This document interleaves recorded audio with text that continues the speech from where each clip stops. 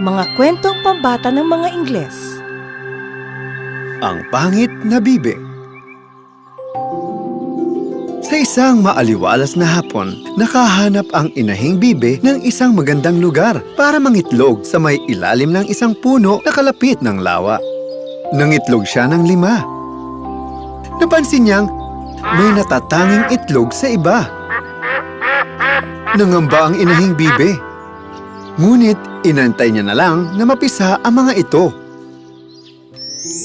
Isang umaga, sa wakas, isa-isang napisa ang mga itlog.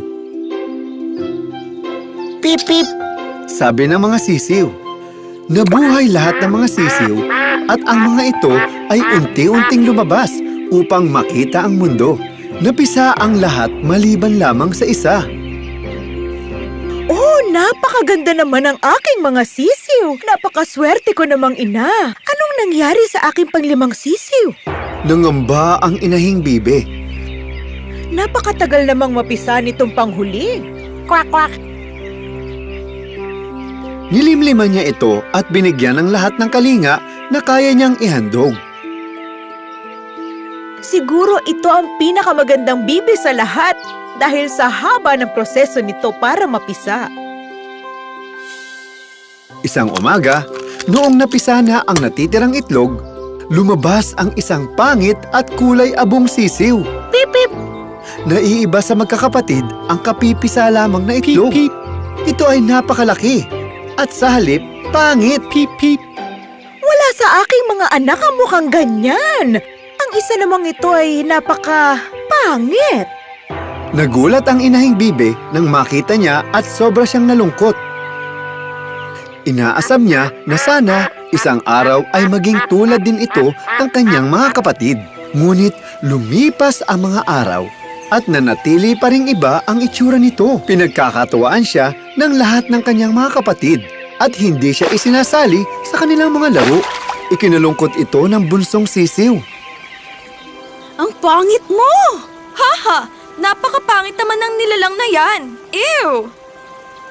Ew! Umalis ka nga! Hindi ka namin kailangan dito! Hindi ka namin isasali sa laro! Halimaw ka! Pinagtawanan siya ng lahat at sobra niyang ikinalungkot ito. Pumunta na lamang siya sa lawa at tinignan ang kanyang refleksyon sa tubig.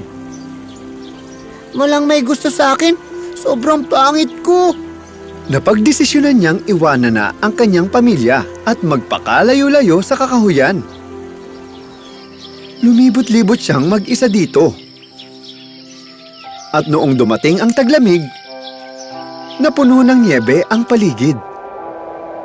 Nalungkot siya at nanginig sa lamig. Wala siyang mahanap na makakain at mainit na lugar para pagpalagian. Napunta siya sa isang pamilya ng mga sisiw at tinanggihan siya. Ang pangit mo naman! Sino ba tong pangit na to? Ha? Umalis siya at lumagi sa bahay ng isang inahing manok. Tinuka-tuka siya ng mga sisiw, kaya nilisan niya rin ito. Nakilala niya ang isang aso sa daan. Noong nakita siya nito, umalis agad ang aso. Naisip niya sa kanyang sarili, Sa sobrang pangit ko, pati aso, ayaw akong kainin. Pati ako. malungkot ulit siyang naglakad-lakad sa kakahuyan. Nakilala niya ang isang magsasaka at dinala siya nito pauwi sa kanyang asawa at mga anak. Hanggang dito, binabagabag pa rin siya ng pusa. Kaya nilisan niya ang bahay na ito.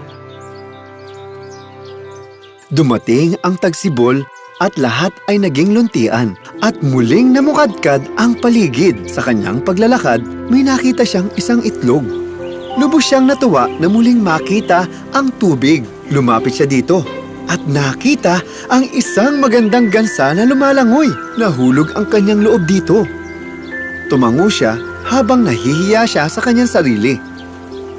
Ngunit noong tumango siya, nakita niya ang kanyang refleksyon sa tubig at namangha. Hindi na siya pangit. Siya ay isang gwapong gansa.